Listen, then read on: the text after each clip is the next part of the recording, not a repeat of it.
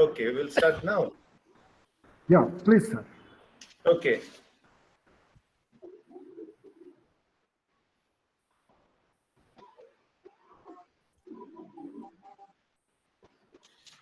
Yeah, once again, good evening to all of you, my colleagues, and welcome to today's discussion meeting.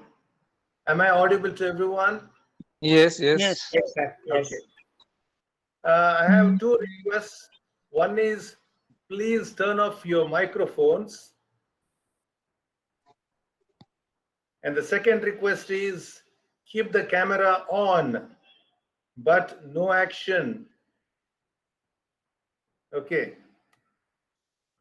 Yes, I had already sent by email and through WhatsApp a background note or a preamble to this discussion meeting.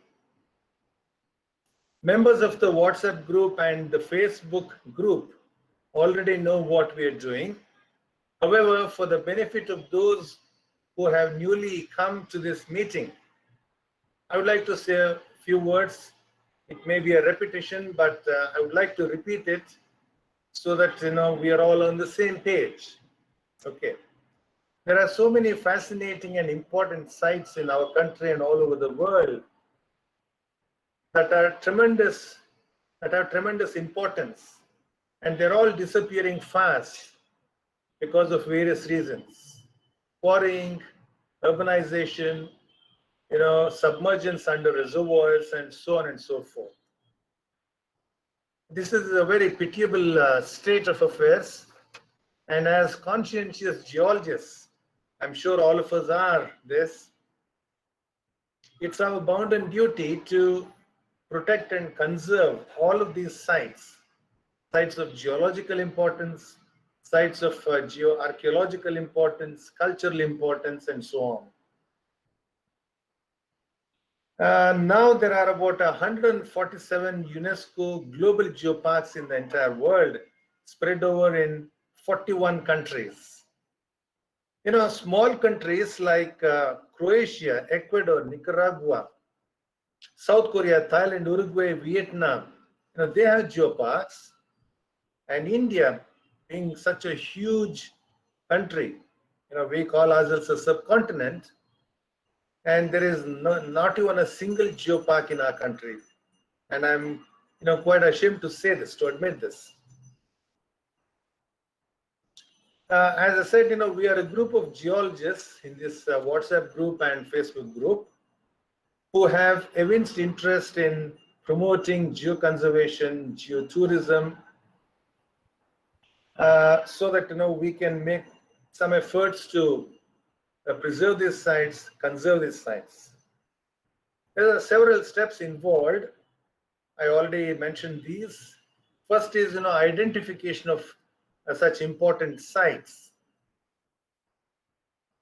and then second is identification of sites. Many years ago, the Geological Survey of India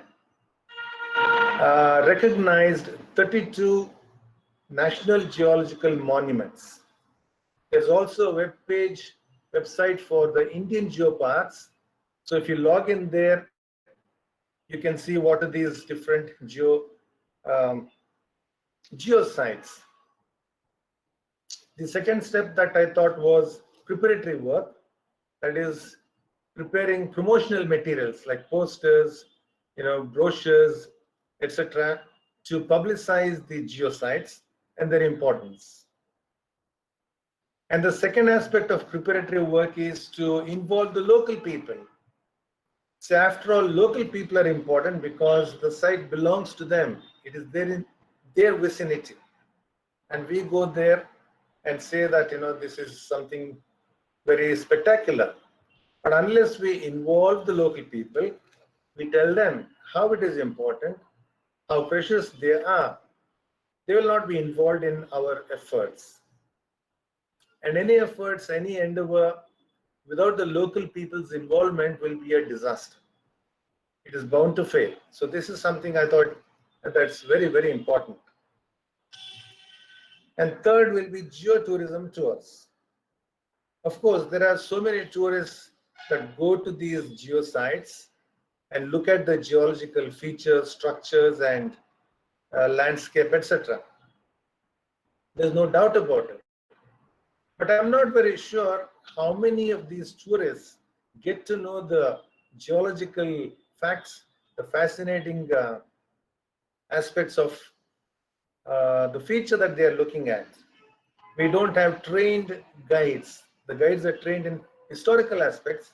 You'll parrot out all the details, which year, what happened, which king was there. But will he be able to say something about the geological aspects, geoarchaeological aspects? I'm afraid not. So this is where geotourism has to be promoted in a big way, and we need to train the guides in geological aspects. They should be able to explain equally well what the features are and why they are important and what it tells us about the history of the earth or the local region.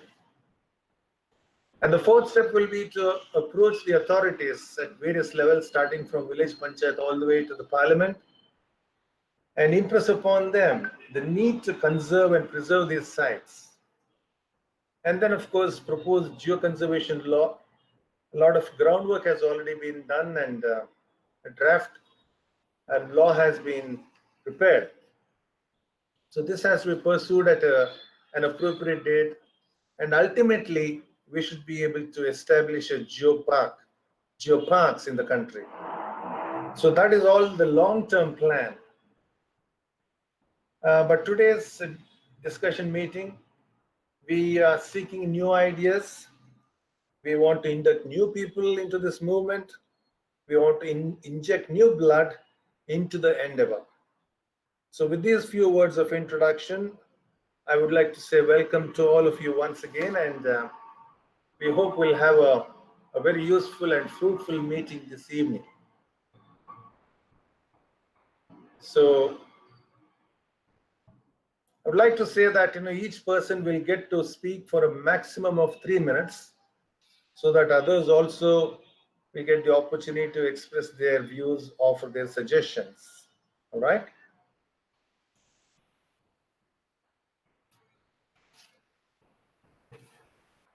So please go ahead, ladies and gentlemen.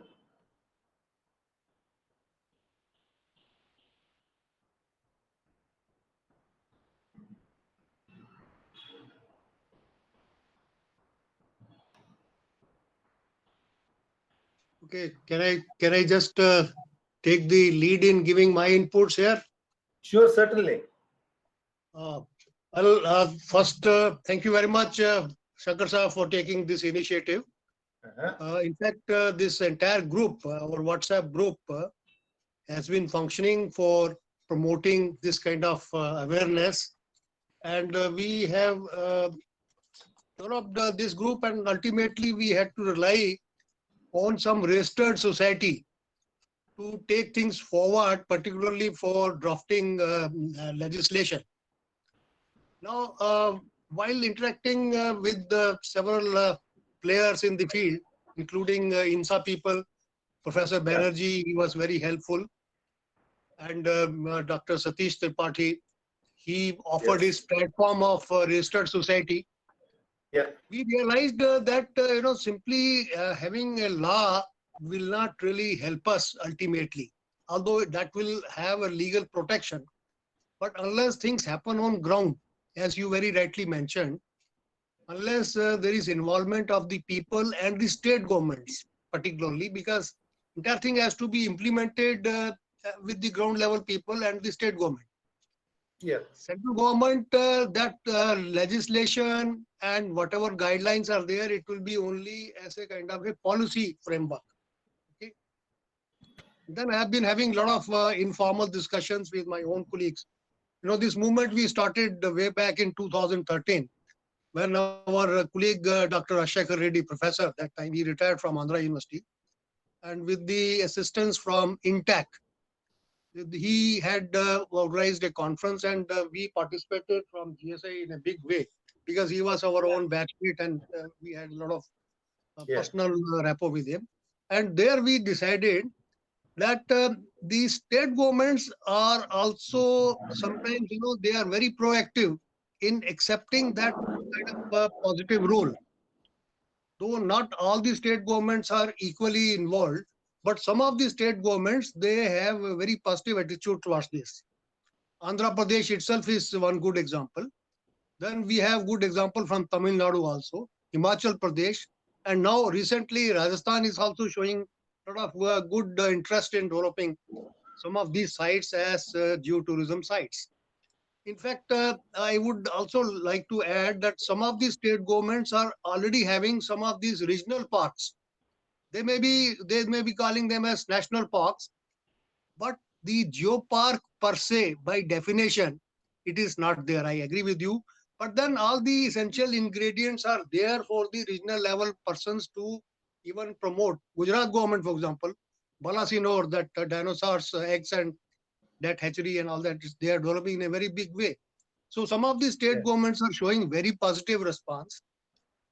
This requires at least the role that our group can play more proactively in this is to promote awareness by holding some local seminars or going to university and schools and delivering talks so that the students are involved.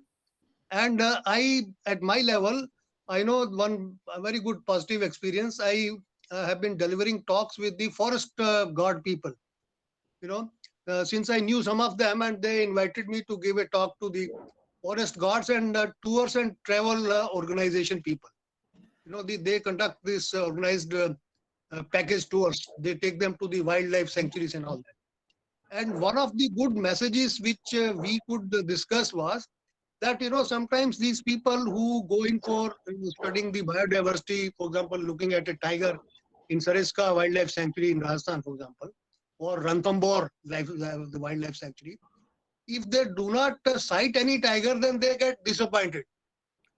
They had some expectations. They can watch these wildcats and take some photographs and all that. So I chipped in, and this was a very welcome idea. That supposing if this is the situation, some of these very routes, we can show them some good geological sections. They may not be of national importance, but at least they will have some satisfaction factor wherein they would say, yes, we have seen, apart from deer and wild boar and monkeys and all that they commonly see in such areas. But at least they will carry some good memories of seeing some good Sure. geological Yeah. features. And many of these geological features are also associated with some of the cultural factors, like good temple is there, Hanuman temple, for example. And these things can be combined. And that idea was really very well welcomed.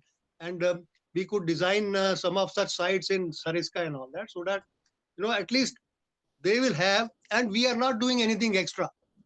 These parties are going in any case as per the guided routes, and along those routes only we have to select.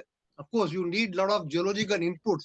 Select those sites so that they are also made into the itinerary of these guided tour programs.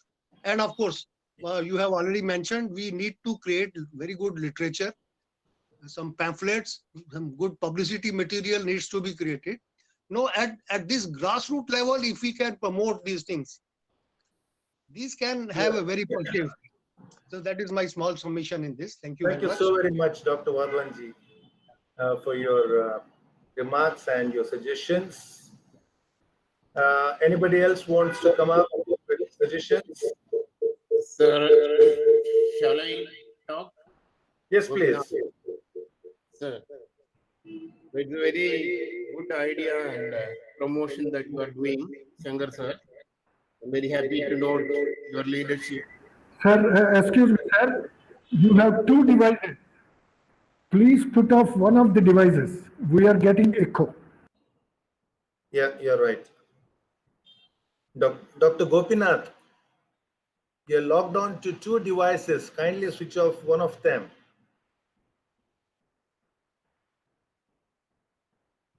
Gopinath, please go ahead.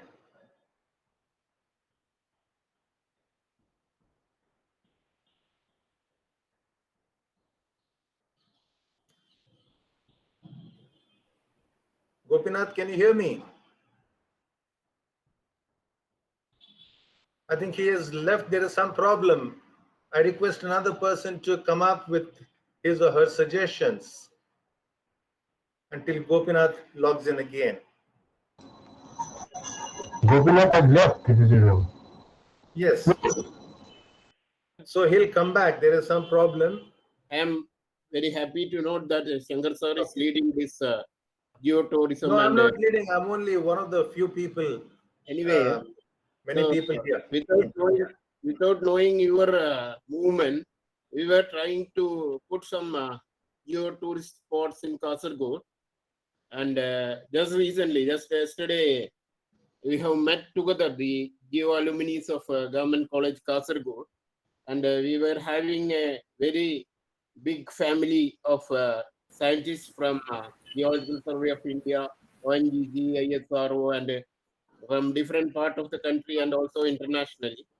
And we are happy to contribute, support you also. So we will be able to point out certain points which are of very important things for common public and also for the budding geologists.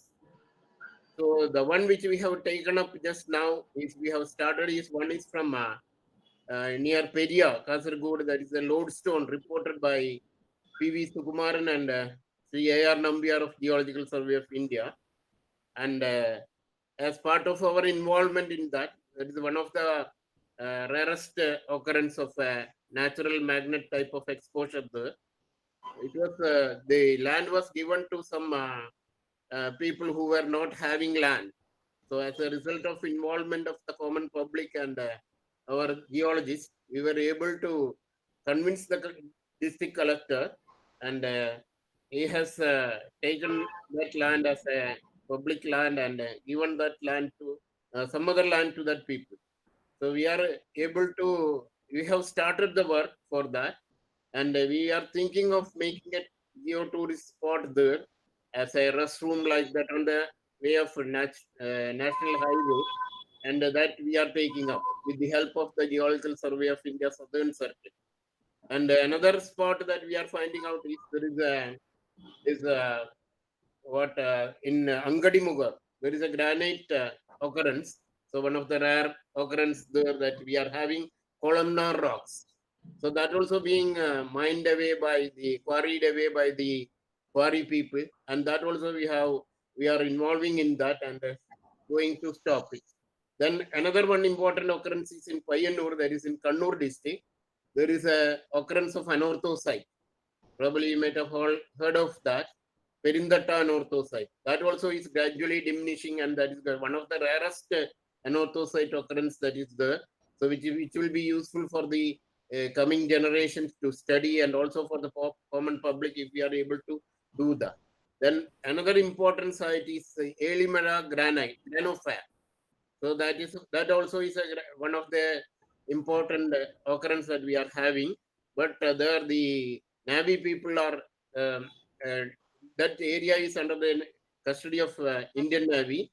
But on the eastern side, again that type of occurrence is there. So that granophyre occurrences are not seen nowhere else in the district, Kannur district or Kasaragod district like that. So similarly, several points are there. One Vengad conglomerate that is there in Talasheri, that is in Precambrian rocks. So very one of the rarest things. So we find that several spots are there. If we are able to develop that area as a tourist spot, definitely with the help of the government of state government and also the central government. So definitely we can promote our subject. We can help the people to know about the geology, and also for taking care of the natural disasters, how they can mitigate the natural disasters like that. So in that angle, Thank you, Gopinath. Yeah, sorry, sir. it's nice that you have recognized a few important sites in your region. Yeah. And go ahead with your plans to promote them. Okay, sir. Next person to offer suggestions. Hello, may I speak? Yes, please. I am UB Mathur. a retired Deputy Director General, GSI. I was posted at Jaipur for most of the time, and I'm a paleontologist by training as well as by practice. So I was keenly interested in development of geosites, particularly in Rajasthan. What I saw that GSI, though they established all these sites, but there's nobody to take care of them.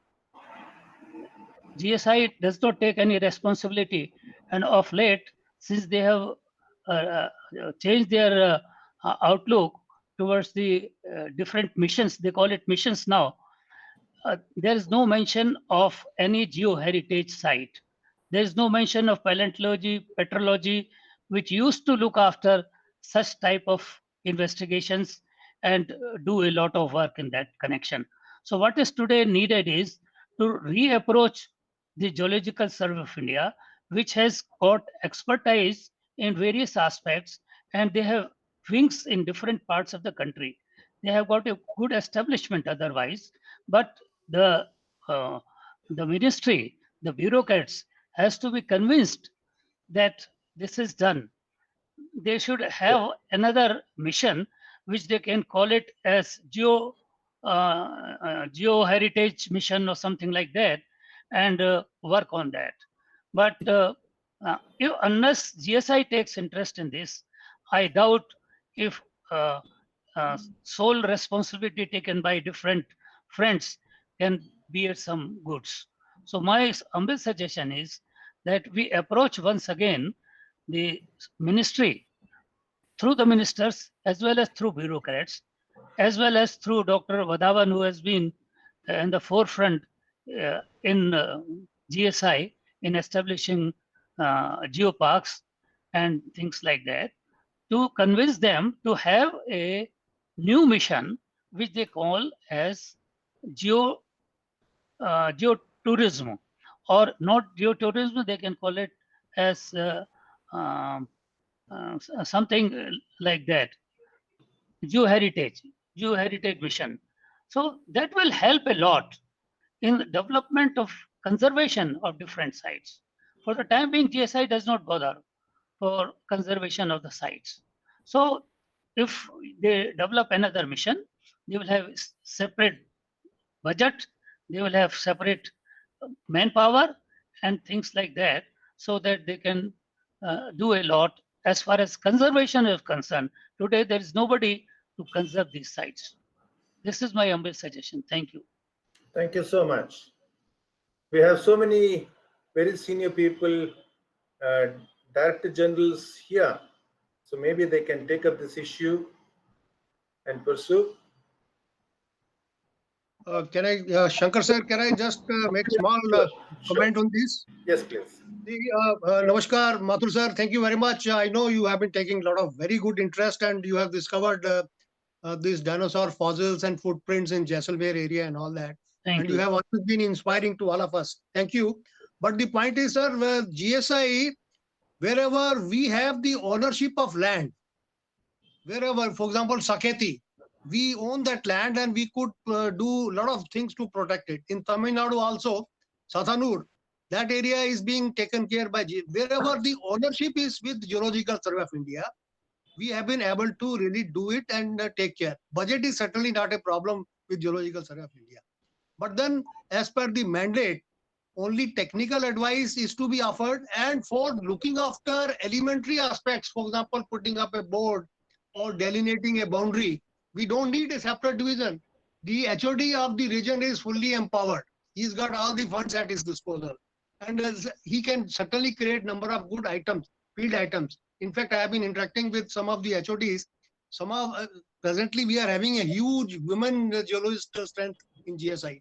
And I know the women geologists are very patient, and they are definitely very, very competent in taking up such responsibilities of not only arranging to protect them, but also to promote them.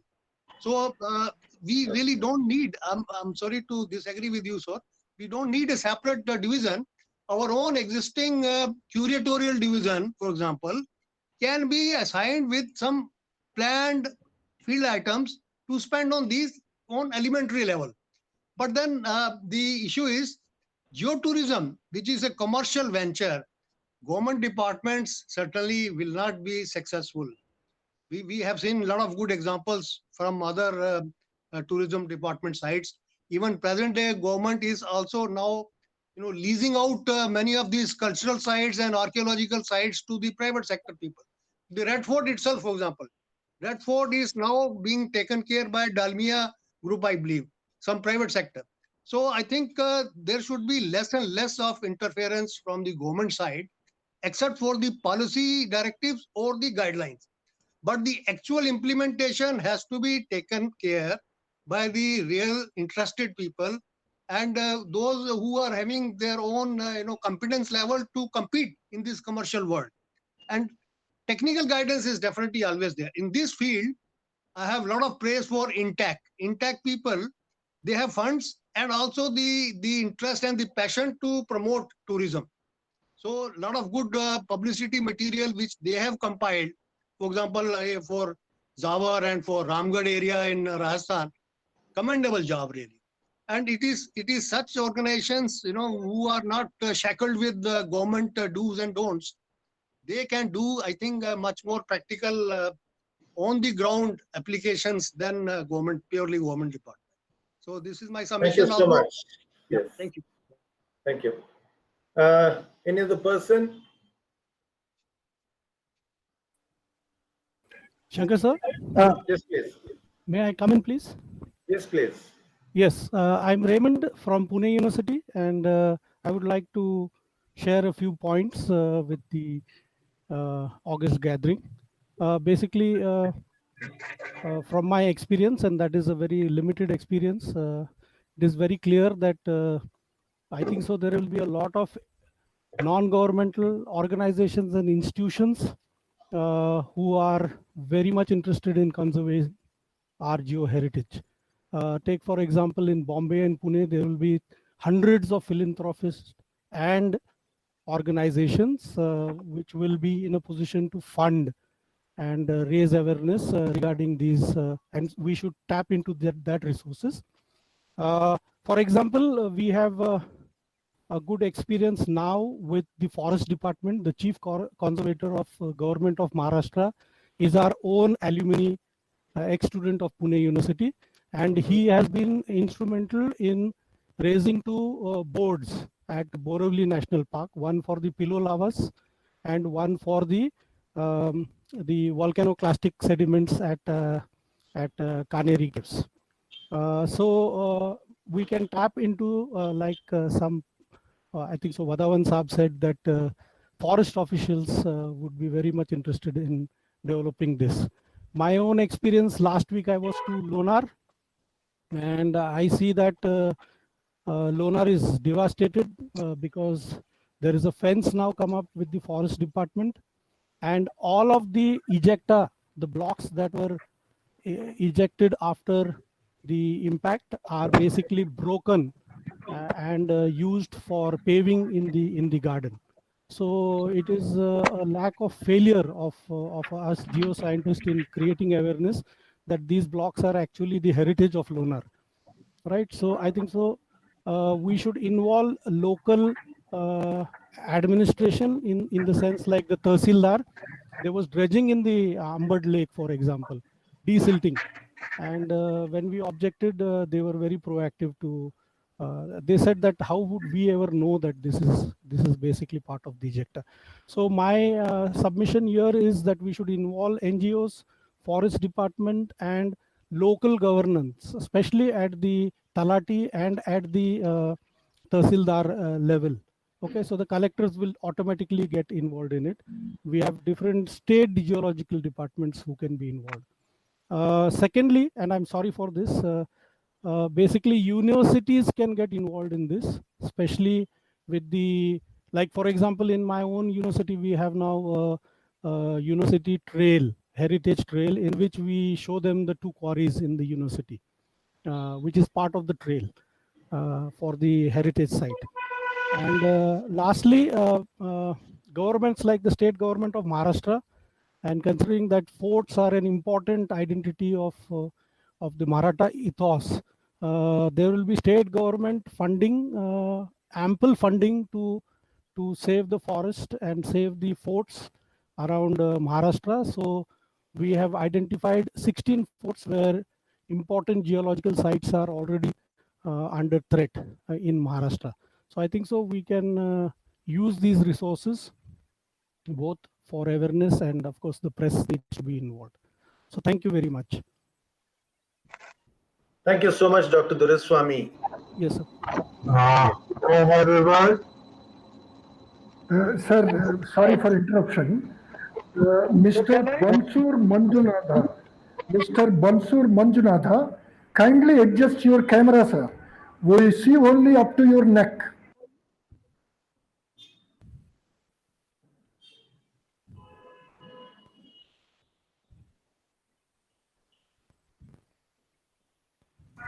Shankar sir, please go ahead, sir. Thank you so much. And next person to come up will be who? May I speak a little? Sure, please. Yes. Okay. I was impressed with what Madhavan said, that we have to approach everything on a very local level, from taluk level and then finally to state level. The reason is that anything, any preservation of any geoheritage site or geoarchaeological site is the responsibility of the state. Even if you have a central law, it doesn't make a difference because the state refuses to implement it. Therefore, whatever I suggested in my talk, in my WhatsApp suggestion group, that if some state do take sort of a lead, like Rajasthan has recently taken a lot of lead, and let it be publicized among the states, so there will be a competition between the states that to let it be developed in our society. That will be a sense of competition can be developed. This is one aspect. The second aspect is that this is what is totally different. We have to increase the public awareness about the geological sites, because public should be interested in looking at the rock. Now, with recent Mars expedition, landing, Mission. people are interested and trying to see they compare the rock types of the surface features of Earth with the Mars. So that type of awareness, more lecture, more articles on the newspaper, front page newspaper reports of the very old rocks, rock bearing, diamond bearing rocks, the gold bearing rock which attract them, or coal bearing rock which people get attracted to. So people get interested in rocks. Because a normal tourist, even if he goes there, he's not interested in rocks because he doesn't know about the rocks. So there should be general awareness with more articles in the local newspaper, in the vernacular, in the local languages, so that people get interested and they demand the tourist department, tourist or the tour and tourist travel, that you take them to that place also. 2 years ago, we were in Scandinavia, and our tourist guide did not know anything about the geology, and he handed over the mic to me. And throughout the whole of the Scandinavia, I kept on spreading the geology, and everybody was so interested in becoming a rock, because in Norway and all those things they became a rock, so wonderful rock, but the tourist guide did not know. But that type of thing should be inculcated, and the tourist guide should be trained or given some lessons that how they should attract the tourists. Only then we can proceed. And the most important thing that we have to approach the state government and influence the local administration and nothing else. During working with the geological survey, what our friend said, it is not possible because geological survey mandate has not changed. It has not changed, but it has remained what it was, and it is now strictly following the mineral exploration. They are not interested anymore in normal stratigraphy or paleontology or the thing. That type of work is not going on. So, as Dr. Madhavan said, that the local HOD can perhaps take an interest, but only locally it depends upon the interest of the local HOD, which may not be part of his job mandate. So how many of people you can influence them, how many of people can make them interested is difficult to say. So to approach through geological survey is really futile. It will not be possible. Locally, we have to approach locally, local administration, local district magistrates, taluk tahsildars, and even the private people who will be interested in organizing the tours. Thank you. Thank you so much, Dada. Yes. Good evening, sir. Hello, good evening, Nagendra. Yes, sir.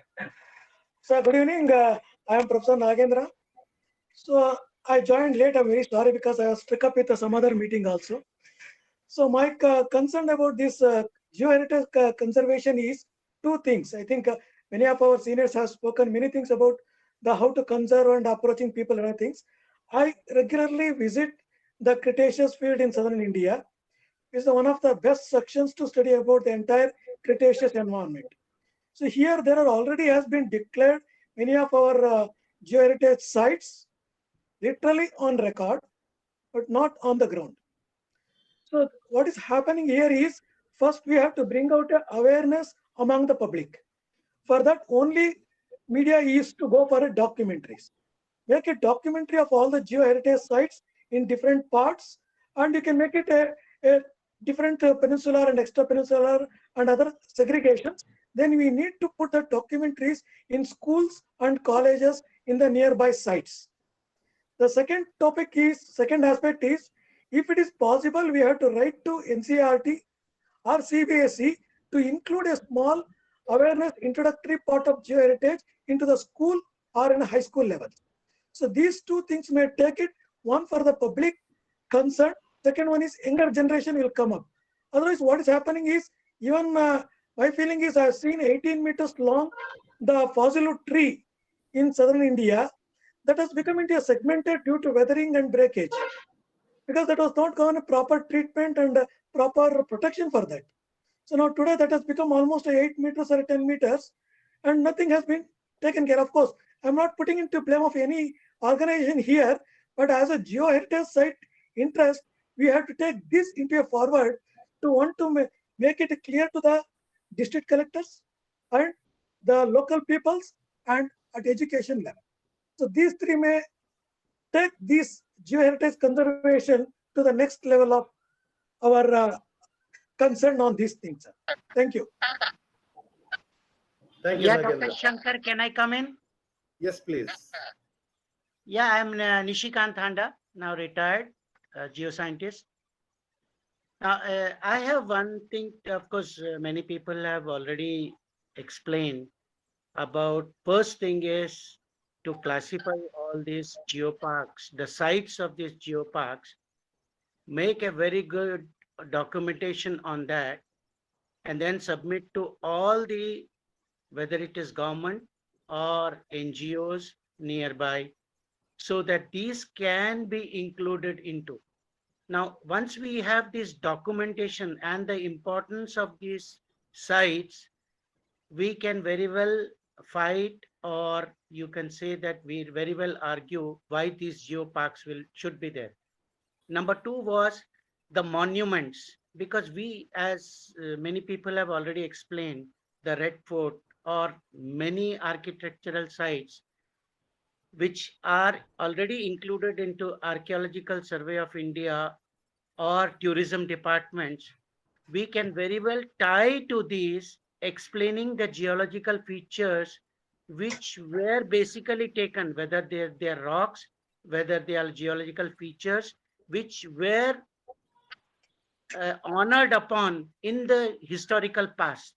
So if we tie up all these, Archaeological Survey of India or Geological Survey of India or Tourism Department can very well tie these, and this can add to the tourism or whatever name we want to give this. So this will really help us to establish all our geoparks, which we are basically discussing upon. Thank you. Thank you, Nishi. Next person. Sir, good evening, sir. So I think it is better to prepare a map of this geoheritage. If people can share the coordinate from various places of India, so that can be compiled. First thing, we can prepare a map of at least location map, and other documentation can be appended to that afterwards.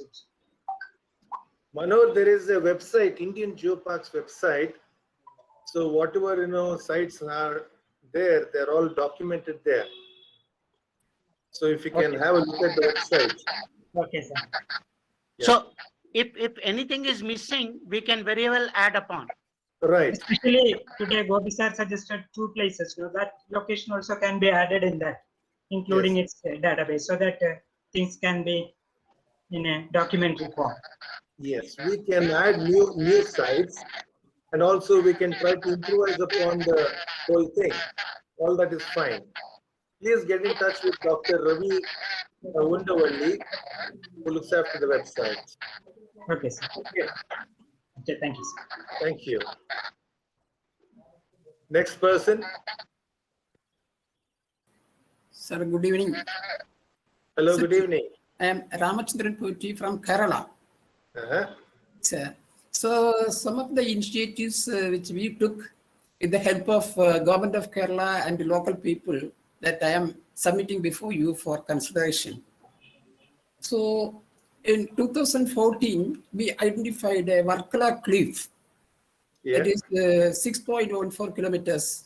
That is the cliff was formed 23 million years back. That is a vertical laterite soil formation.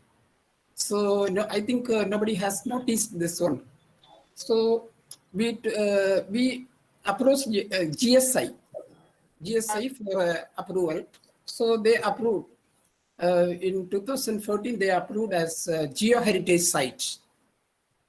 So along with that, we took some more initiatives with the local people and the Ministry of Science and Technology for documentation. The documentary is already produced with the help of Ministry of Science and Technology as a geography series that is to be telecast in the national TV channels. Then next one is Nagendra, please mute your mic. Nagendra. Sir, please. So again, we presented the details in front of the UNESCO Conference 2014 in Canada. So they also gave some suggestions to protect and conserve the geoheritage site and the potentiality of Varkala for the establishment of the first UNESCO geopark in the country. So again, we approached the Ministry of Tourism in the last year to have an international conference with the stakeholders and geopark developers from across the globe. Unfortunately, because of the corona and all those things which we set apart. So these are the initiatives to conserve our Varkala cliff. That's all. Thank you. Okay. Thank you so much. Yeah, I'll just make a quick comment on this, Shankar sir. Sure. Yeah, thank you very much, Ramchandran Poti sir. In fact, it was during my tenure at CHU, I was the DGGSI. Yes, sir. So, and our own member Kutum Rao, who subsequently also became DG, he was the PDG there. Yes, so, sir. We are really grateful. State government really took very positive, proactive steps. Yes, sir. Yes, sir. So that's what I mentioned during my comments.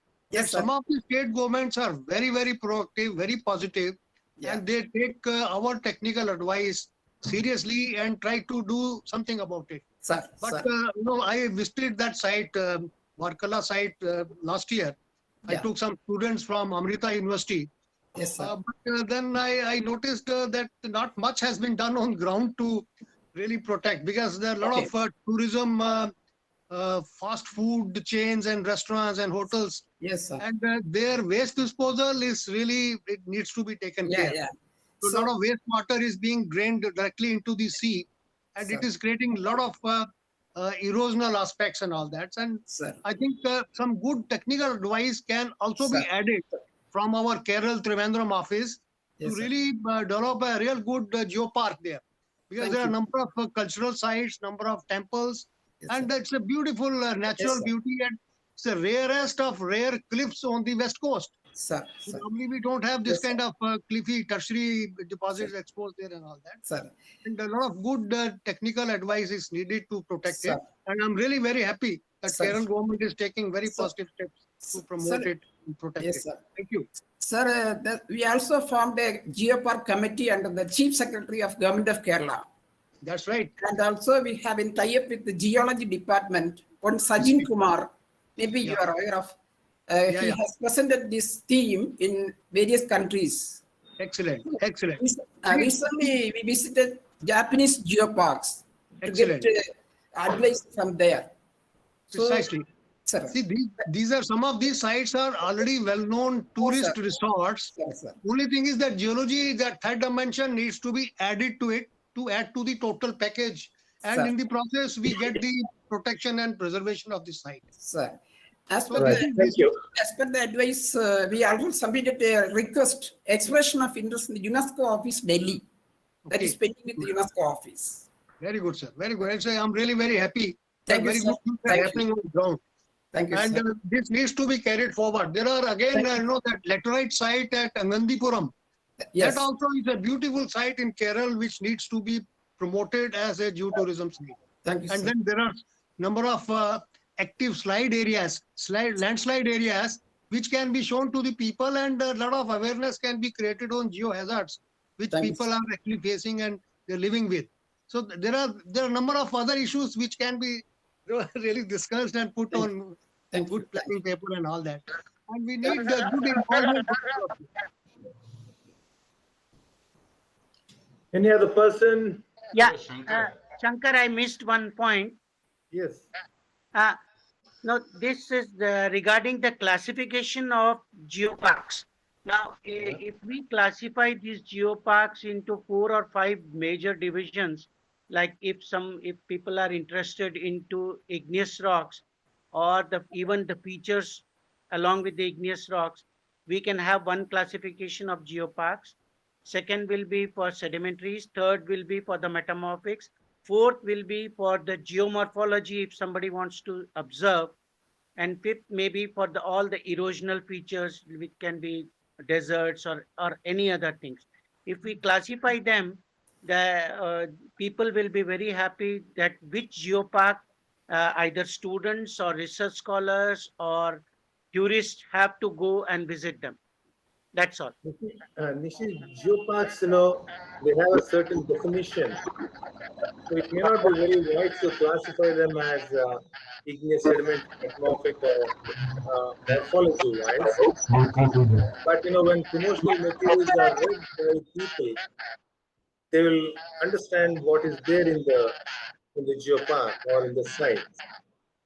Okay. Next person.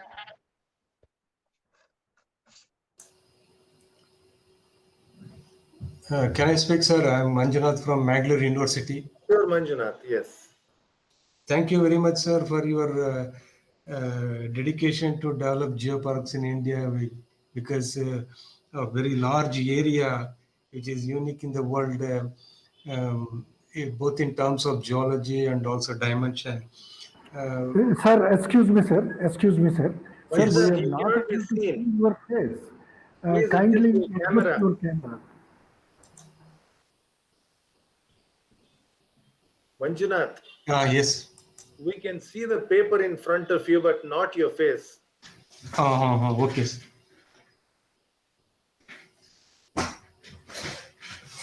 Now, sir? No. Better now, yeah. Is it okay, sir? Still your face is cut. Yeah. Adjust your camera. Just adjust your camera. This looks better. Yes. Okay. Almost there. In the Kutpali. Sit back. Okay, sir. So we can see up to your eyes. Okay. So adjust ಮಾಡ್ಕೊಳ್ಳಿ camera now. You can adjust the camera a little bit more and Now, yes, is it okay, sir? yeah, okay. Is it okay now, sir? Yes. So I'm our university is situated in the coastal zone of the southern part of Karnataka coast. There are some unique features in this monsoon-dominated coastline. I'm not a geomorphologist, but what I have observed, there are some very important geomorphological units. For example, Inselbergs. Those are very prominent in this region. One is called Jamalabad Kote near Beltangadi, and another one near the highway connecting Mangalore and Bangalore, near Mangalore, called Narahari Parvata. And there are some, and there is one more called Karanjeshwara. These are Inselbergs, Precambrian Inselbergs, rocks of aging about, they are Canada, I think, nice, aging about 2,800 to 3,200 million years old. And on these gneisses, there are some unique features developed. Potholes are developed because of rain. Actually, potholes we see in the rocky in a riverbed, but there are potholes ranging from less than in centimeter to a few tens of centimeters. Potholes developed on the headward side of the monsoon rain. I think that I have noticed, and below that there is a reservoir also. I think, and it is surprising for people. Even there is a life. There is some the animals, birds. They live in these caves. I think I feel that is one of the somewhat rare site that has to be developed. Hello. These are known as Stephonies. They are very common in granitic and sandstone rocks. Yes, sir. But Stephony, not potholes. Yeah. But they look. Yeah, I am not a geomorphologist, but No, it's not a. I mean, you don't have to be a geomorphologist. It's a very common feature in sandstones and granitic rocks. Okay. So these are known as Stephony. Okay, sir. I think, yeah, that one. And another thing, there are many beaches with headlands, particularly the beaches of Southern Karnataka. They are quite plain, and very rarely we come across a rocky exposure. But northern Karnataka, northern part of the west coast of Karnataka, it is dominated by headlands. And this coastline is similar to what has been observed near Goa. These are called as pocket beaches. I think these are good tourist spots. So in the tourist spot sites, we can mention the processes of the forum. What is a pocket beach? A bit between the two hillocks developed, and it's a very calm water body and good for recreation purpose. And another thing about the demarcation between the lower Dharwats and upper Dharwats, and the Sargurs and Dharwats. So there are some conglomerate bed.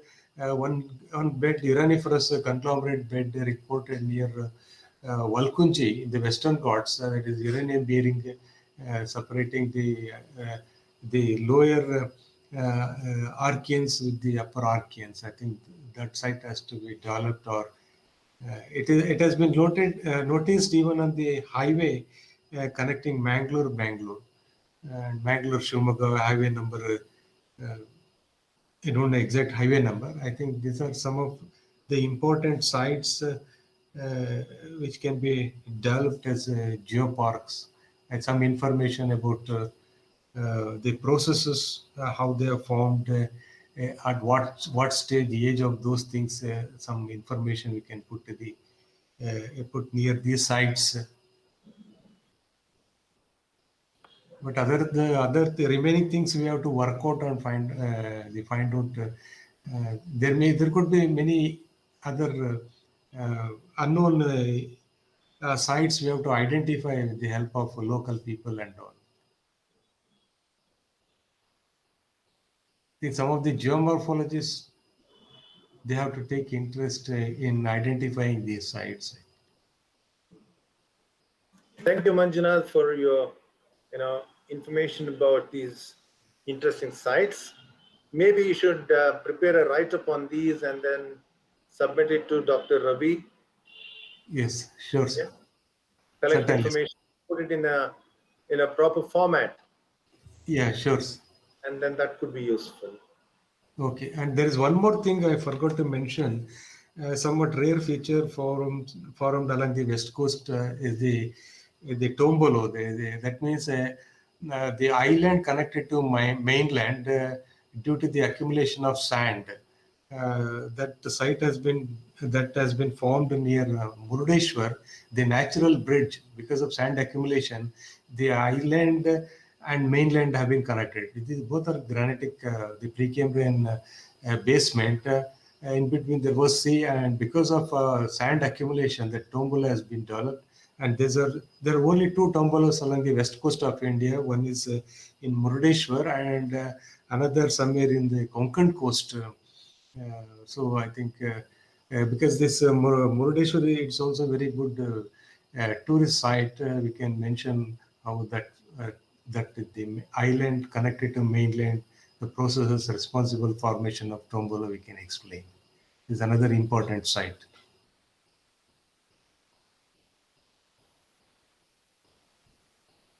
Sir, please unmute, sir, Professor Shankar, sir.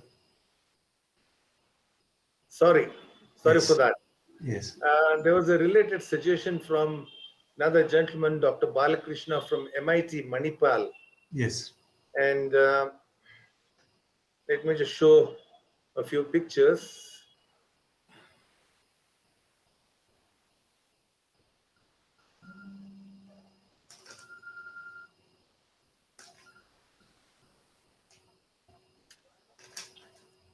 One is, the Marwante beach. Oh, yes. North of Manipal.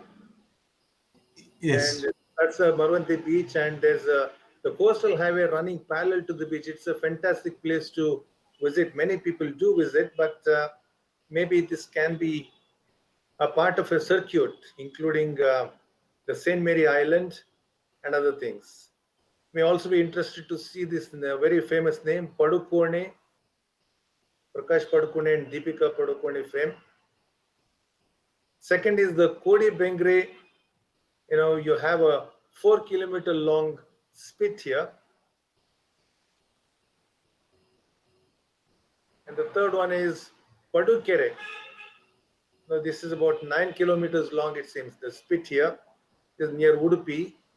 And Malpe is the place from where you take a boat to go to St. Mary's Island.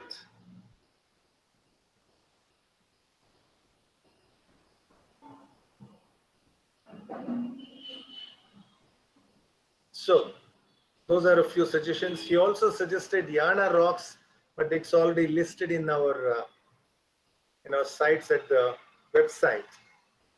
Yes. So next person to offer suggestions, it's 6 o'clock.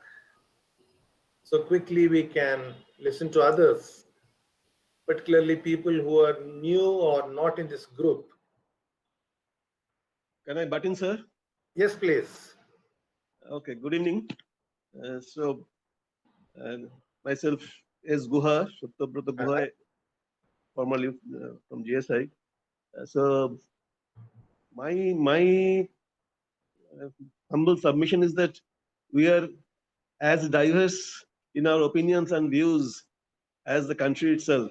I mean, except the fact that everyone is unanimous in recognizing the importance of promoting and protecting the sites. I think we have lots of diversity in our ideas and opinions as to how to go about it.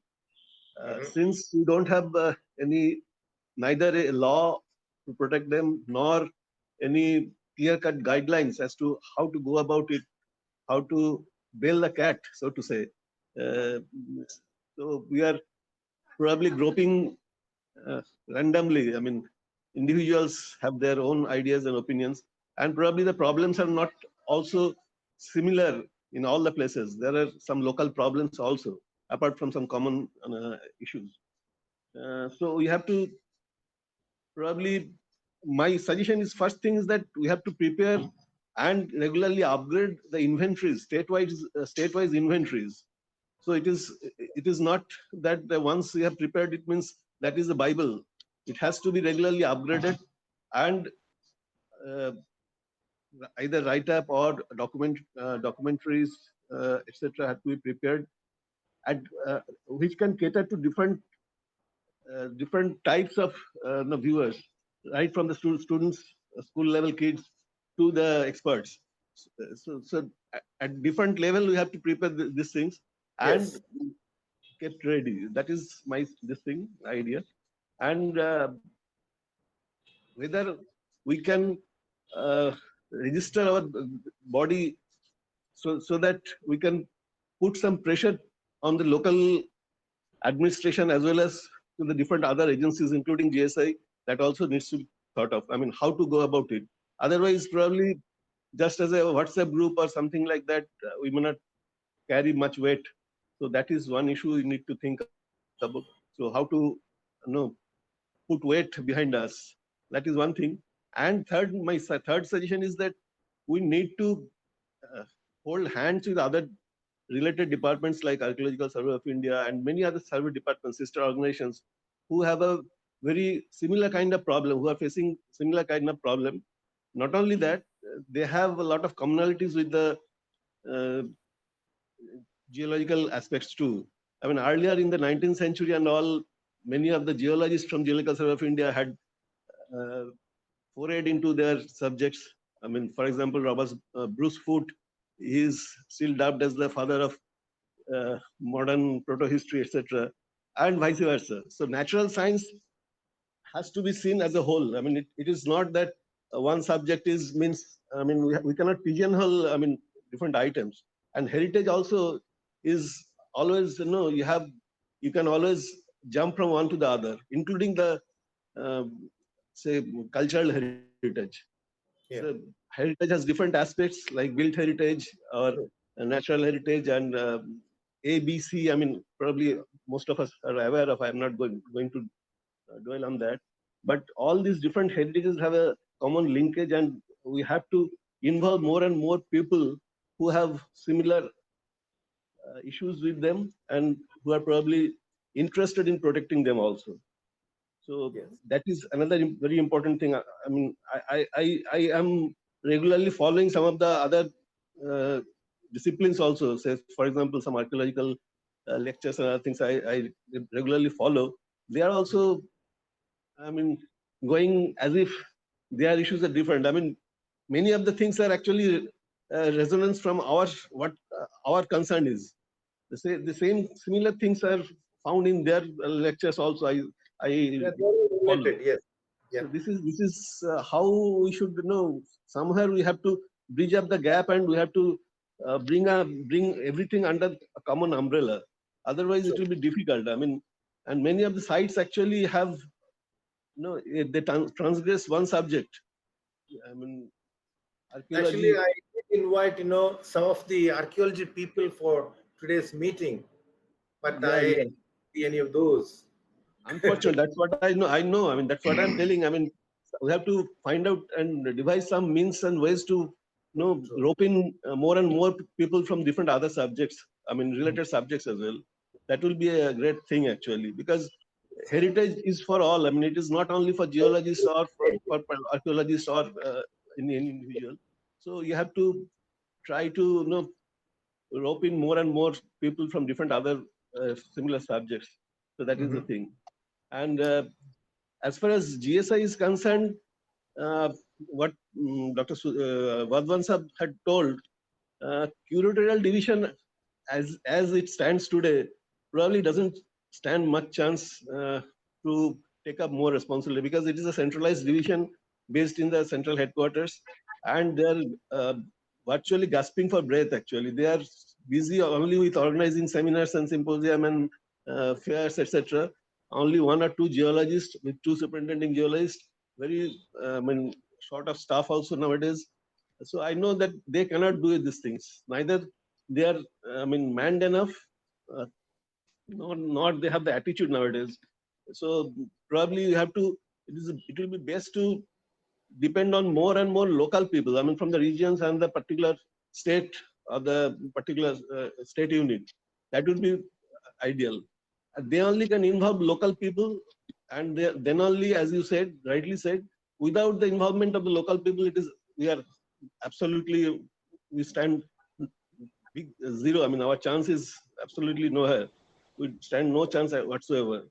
So they only are our, I mean, best hope as far as protection of the sites are concerned. Thank you, sir. Thank you so much. There are other people. Dr. Shankar, can I speak? Yes, please. Hello. Yes, please. You are on my hit Dr. list. Shankar, I am Satish Tripathi.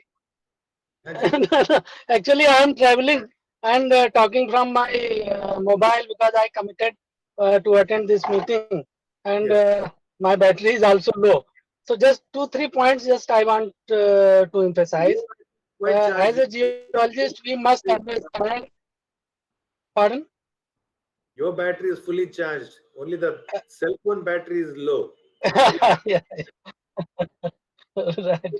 So actually, we must understand that half of the country we cannot conserve. So we have to have very limited sites which are very specific for national or international level that we have to identify.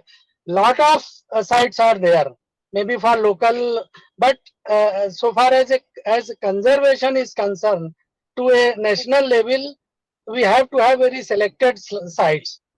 Second thing, conservation and developing a geopark is not only geologist's purview. It is lot of other domain people, including tourism, advertisement, local artisans, and all. They need to be involved. So if we feel that GSI can do it, or some organization, single organization, or some society can do it, it is very difficult unless and otherwise state government, central government takes interest. We can only promote, we can approach, we can write even, not even physically, we cannot approach each and every DM or chief minister. Will not get chance to chance for a meeting even, because I have been working since last about 2 years, writing to several chief ministers, prime minister, then all central ministers, but not even a single I could receive on Twitter, on Facebook, on hard copy, email, but not single reply I received. So such is the apathy of government. I'm sensing that since last 2 years, sensing that we are not getting proper hearing in the government sector. I am preparing a PIL in Supreme Court. It is almost ready. Maybe next month we will be filing. This is not to criticize the government or state government, but to draw their attention that this is such an important. And you see this impact side, this lunar crater. Since 2009, one PIL is there. Now court themselves are visiting these sites. They are observing what are the work has been done, what are left, and they have constituted a scientific committee on their own. But for every site, it will go to High Supreme Court, DM, and then Tehsildar or local people. It is impossible, practically possible to do it for a society or for a group of. So we need to have a policy, and for which we have to hammer. And because some participants may be new, we have already submitted a draft to Government of India, to PMO, that came to Ministry of Mines. They constituted a committee, myself and Dr. Badaun, from outside, and we prepared second draft and third draft. Unfortunately, the then Secretary Mines was taken off interest, but he was shifted, and then nobody was there since about 7 or 8 months. Now I am again approached Secretary Mines to restart the process because he is from UP. So I'm trying from other angle also to approach him. But it is really difficult task because it is not such a popular subject that common people or government or NGOs they help. And so far as creating documentation and preparing film, Dr. Banerjee knows that since last 1 year we were trying to have start a filming of this specific geoheritage sites, but so far we are not able to do it because lot of money is involved. You have to have a. Then I talked to some person. He told your subject doesn't have doesn't attract investors. So somebody is there. If nobody is there to put their money, then how to do? How to prepare your document? So these are the practical bottlenecks in front of us. We have to think about it, and we have to approach government. Unless government takes interest, or there are very senior people, they must have some links with the MPs and MLAs, and if they raise these points at the parliament, or those things need to be done. We know that these sites are very important. We know that local people should be involved. We know that these things should be done, but how to do it? Neither a registered society nor a group of people cannot do it. That is a practical problem which we are actually facing. So that is my humble submission. Those senior persons who have some links with the politicians in their area, MP, MLAs, and then please contact them, request them to raise a point in parliament. Unless government takes interest, we are unable to proceed. That is my personal feelings with my experience in last 2 years. Thank you, sir. Thank you, Dr. Tripathi ji. I could see a catch-22 situation. Why is earth sciences not popular? Because I'm sorry, we have not popularized it. How will the government take interest? So unless you take interest and Can I say something? popularize it, no one will, including the government, take interest. I'm sorry to say this, but this is what I feel. Shankar, can I say something? Yes, please. Hello? Please go ahead. Hello. Yes, I would like to say a few things. Hello? Vishwas or Prakash, there are two.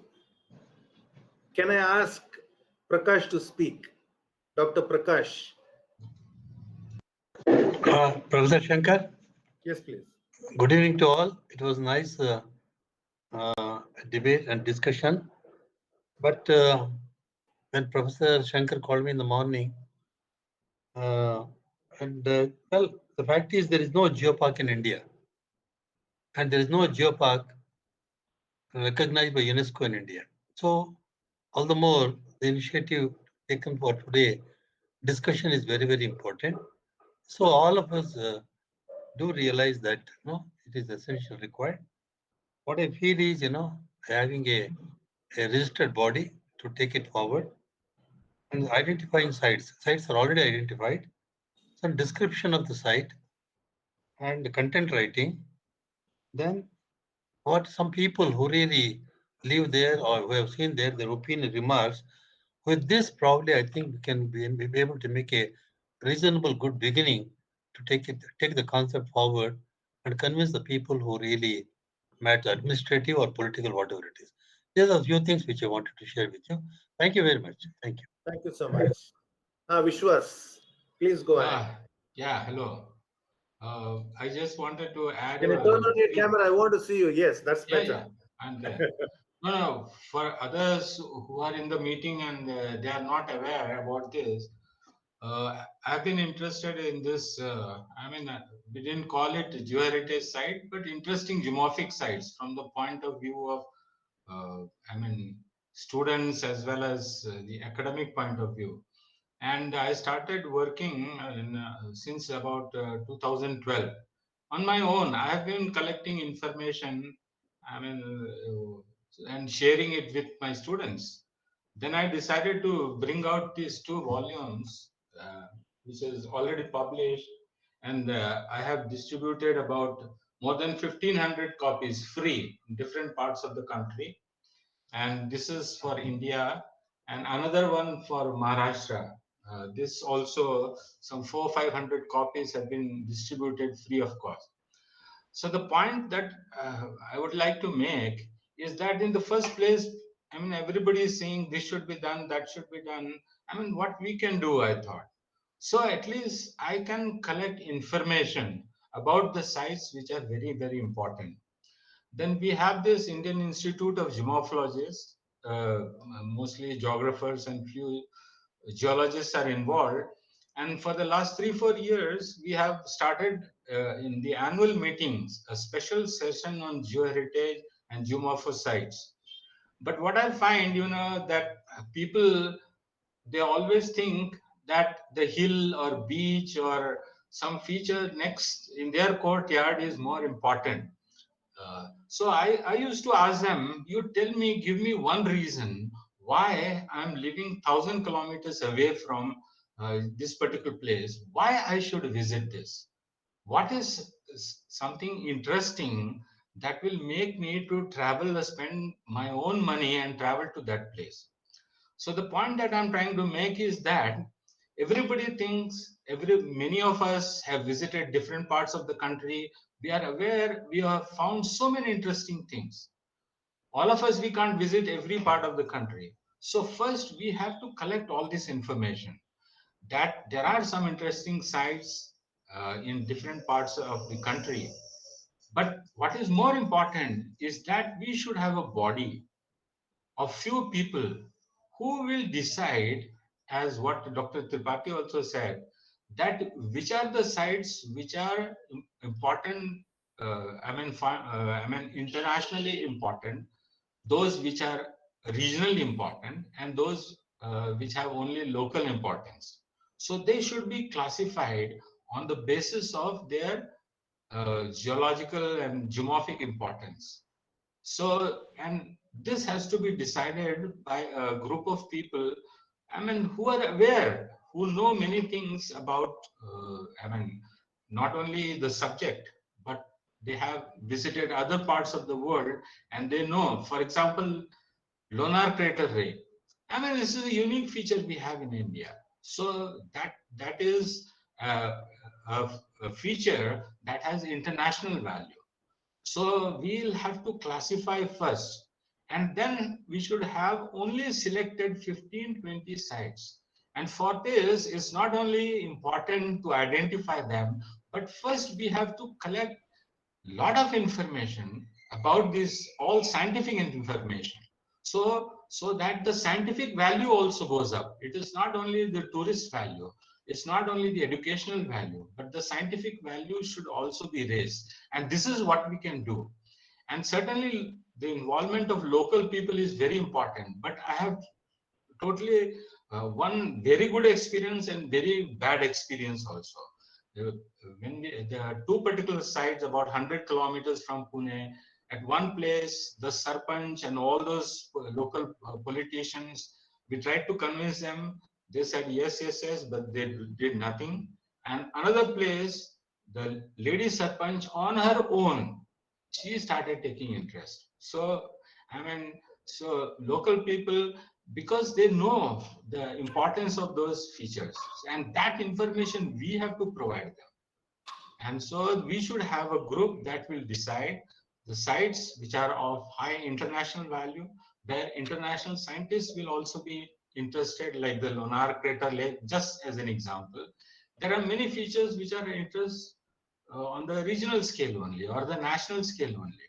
So they should be classified in this, and then only very few really interesting sites for which adequate scientific information is available. I mean, that is our responsibility, to generate scientific information, and complete information should be generated, and then it can be projected. Then we can approach different authorities or organizations, whether it is NGO or government. Thank you. Thank you, Vishwas. Any other person, particularly the new ones, would like to speak up?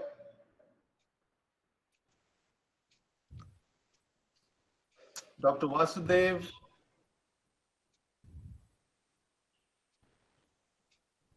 Dr. Rajendran.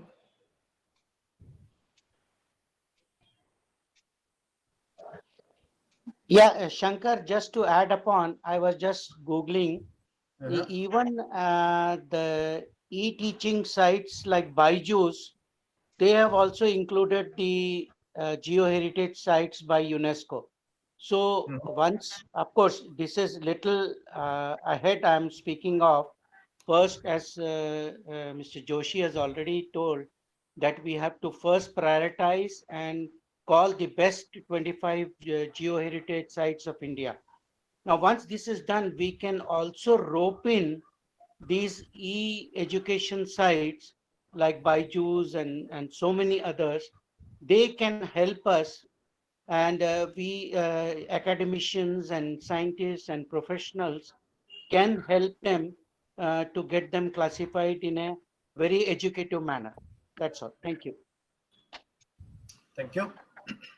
Shankar sir, I Ajit. would like to add to what Professor Vishwas Kale said. Basically, I agree with him totally that many of our sites, national monuments also don't have any scientific documentation. That is a serious problem. For example, let me also give you an example saying that, for example, in Borivali, the sites, all of the Wikimapia, none of the resources that are produced scientifically are added to the Wikimapia sites. So we need to have creditable scientific papers, for example, that can be attached to the Wikimapia, and so tourists themselves will discover these, and those that are interested in these geoheritage sites can be basically accessed through the internet. So you can have resources like that, even if you give a reference to that in Wikimapia. And I think so this you can do through your site or through that. Creditable literature needs to be added to Google sites, including what you have on your websites. So this is the our problem. website. Yes, sir. Raymond, you can say our website because you are a part Our of website, sir. now. Yes, sir. Yes, sir. To our Okay. website. Our Yes, website. I stand corrected, sir, in that regard. So so basically, very creditable, like what Vishwas Kale sir said. Both experiences where there is already an existing documentation, that resource can be added to these Google or to these free sites, so that those who are interested, for example, Elephanta, now it is very much documented. Lonar, you have resource. For example, sir's own 2 books, Morphosites. These could be linked to sites, and then that will definitely generate interest. So that is my submission, that we can take this on ourselves. All we have to do is simply register our emails with Wikimapia or Wikipedia, and then add a resource to these sites. So that is what I think. So that is the first place where we can add, and we can have a committee where you can select sites and prioritize prioritize action in that direction. Thank you. Thank you very much, sir. Yes, sir. Shankar Saab, can I just add a couple of points here? Yes, two very good takeaways from Professor Vishwas Kale's suggestion. In fact, others have also made. Satyabrata Guha has also made that we really need to have our own exclusive registered scientific body, Geoheritage Registered Society, Society for Geoheritage and Geoparks, independent. So far, we have been riding on, this Earth Scientist Society. Of course, we are very thankful to Dr. Satish Tripathi who offered us this. But then these independent, specific registered body for geoheritage and geoparks, it needs to be created. Now, time is ripe. Now we have number of multidisciplinary participants in this. And my request to you and through you to Ravi Vundawali sir is to please, now the things are easing up, this pandemic is being controlled. we can definitely go in for registration of the society. That will add a lot of weight to whatever we are speaking or whatever we are documenting. Other aspect which I fully support Vishwas Kale sir is to add scientific value to already known or new sites, which is being done, I think, through number of different publications. Number of good publications are coming up in different journals nowadays, and which are giving lot many more very well researched details on some of these sites. Particularly in Kutch area, I know 2 or 3 publications have come up. They are giving their own details. The GSI publication, which was last brought out in 2001, it is actually meant for a general public, so not many detailed scientific information is there. Very elementary scientific information is there because it was meant for consumption of general public. But then if we have our own registered society, we definitely can promote one by one, like Intech is publishing monographs on such specified sites. We can bring out such documents in many more details, and they can be linked up to the internet sites. Thank you. Yeah, thank you so much. We did have a discussion on forming a society, but I do not know what happened, but there is a renewed call to form a registered body. Yeah, in fact, Vundavali sir and his colleagues in Hyderabad, they were thinking that we can do, but then this pandemic took us to this lockdowns and all that. Now things are, if we are easing up, because you have to visit number of offices and do a lot of homework and running around. And now I think the time is ripe to get it done. The way we have done this society registration for our Krishna Omni Admirers Group in Hyderabad. E.V. Parthasarathi sir was the driving force there, and our own ex-GSI colleagues, they were also involved. So I think these similar responsibility can be shared, and let's have our own independent registered society to push through many of our such suggestions and such opinions to relevant authorities. Can I ask any other person, because it's already 6:30 now, any other person who has not got a chance so far to... One moment, sir. For documentation purpose, nowadays, I don't think, the professional filmmakers are required. Nowadays, all you need is to have a vlogging camera, which costs around 50 to 60,000 rupees. And there are so many YouTubers. If you search the YouTube, there are hundreds of them doing professionally and amateurishly also. So all that we require is a vlogging camera, around 50 to 60,000 rupees. And the will to do it. And will to do, of course. So once you form a society, you can contribute, and if not on somebody's own, at least through the society itself, we can start up, take up the job and document the different sites, at least as it stands today, because that is important. Many of the things what we knew about probably doesn't exist anymore on the ground, at least not in the shape which we knew them to be. So their present condition also needs to be assessed from time to time. So that is important. Documentation that way is very, very important. And you have to also have a wider audience and a viewership for all this thing. It should not be, kept locked up in your almirahs and this thing. It has to be either through YouTube or any other similar platforms. It has to be widely publicized.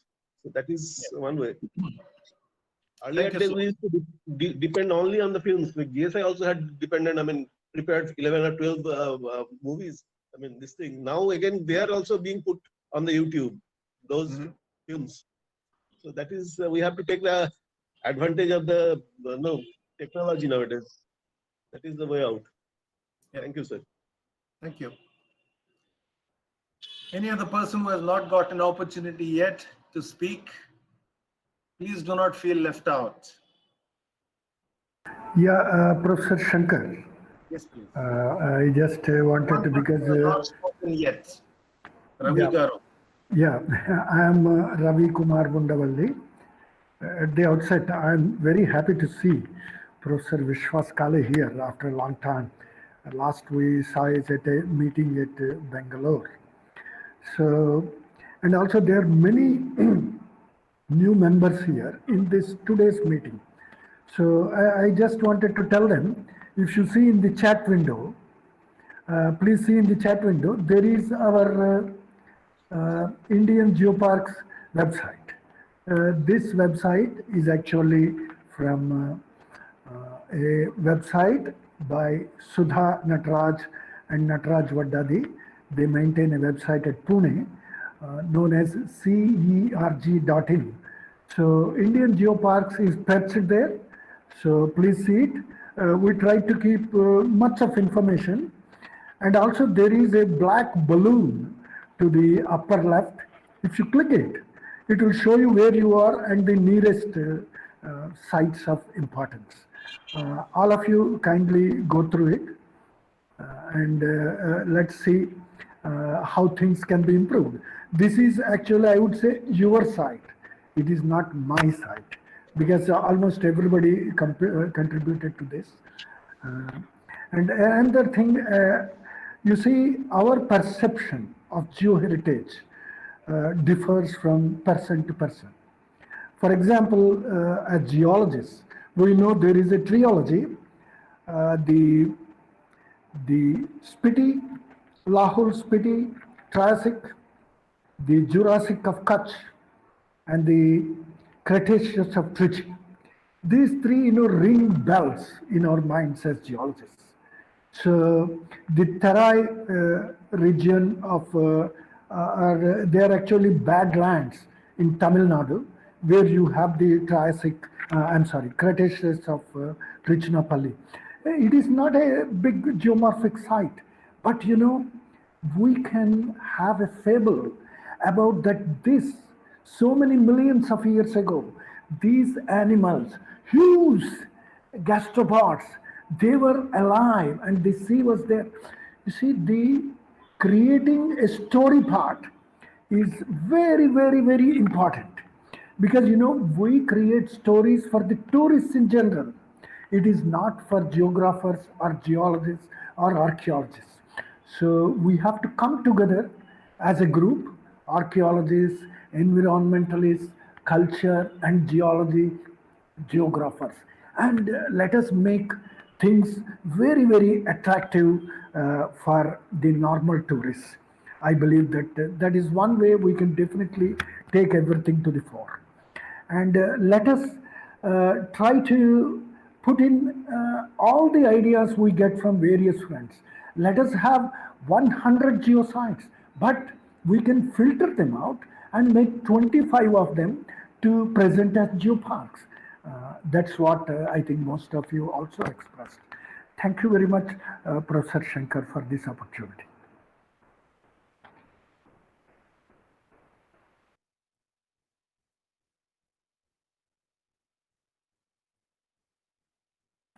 Professor Shankar, was I audible?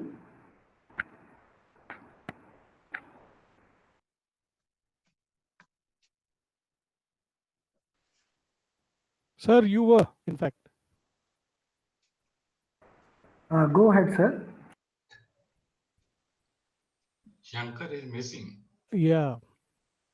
Yeah, if anybody, in the absence of Professor Shankar, I will take the liberty of going ahead. So the new members, as Professor Shankar was pointing, if you have anything to say, most welcome, please come.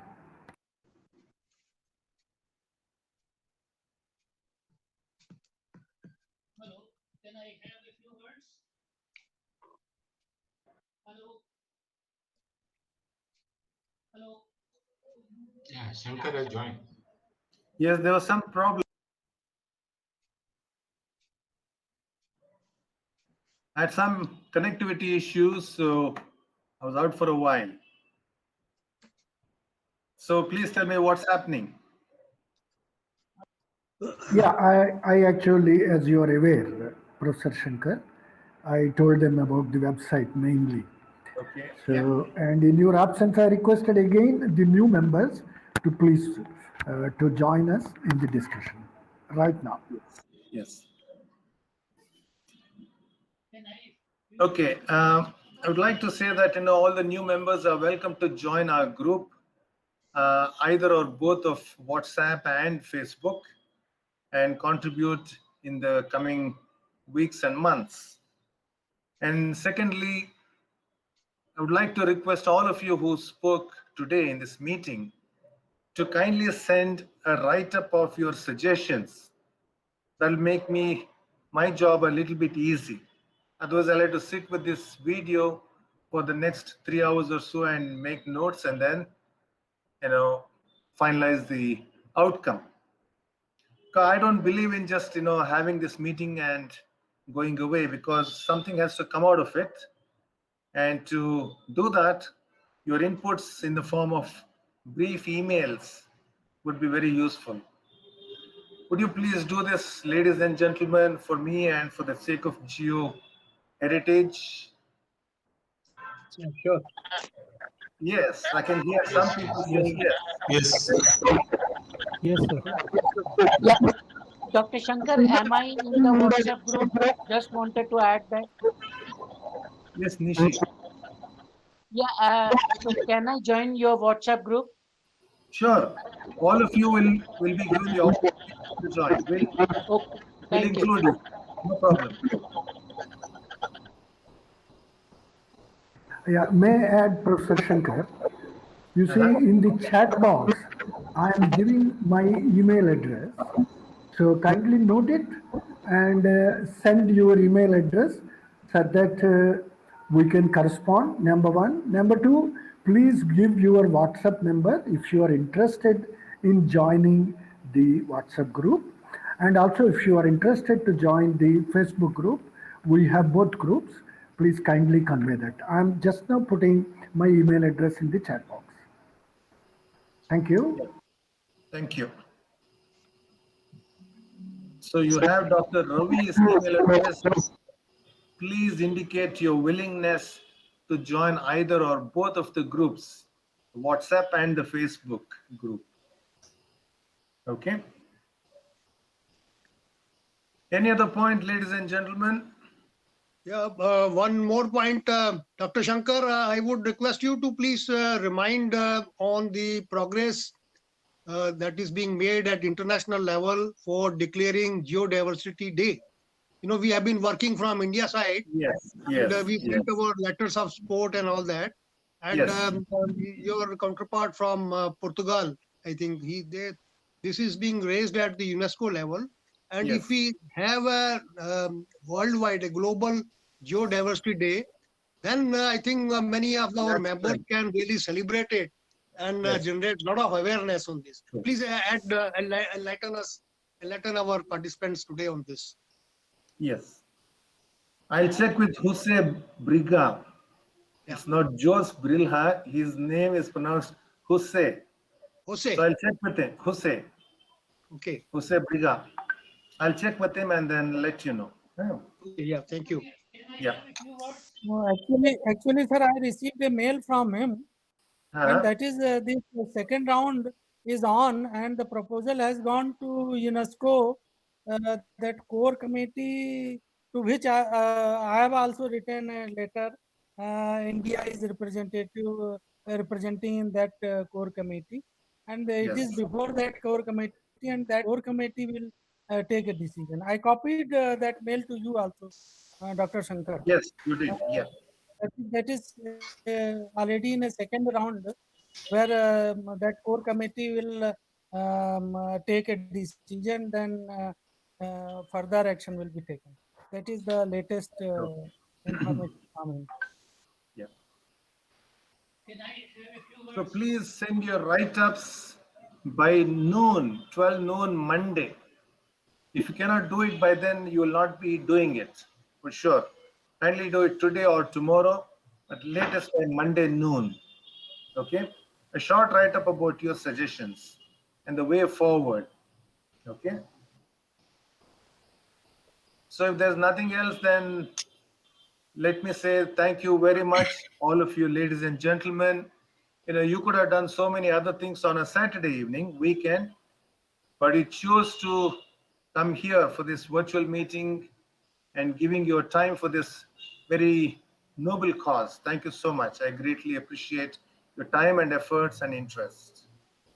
Bye-bye, and we'll be in touch. Thank you very much. Thank you very much. Thank you very Thank much. you, sir. Namaste. Bye-bye. Thank you. Thank you, Professor Shankar and all the group Always from a the pleasure. tech team. Myself, Ravi Kumar, and Nageshwaran Bhaskaran is actually recording this session. Thank you very much. Thank you, Shankar sir.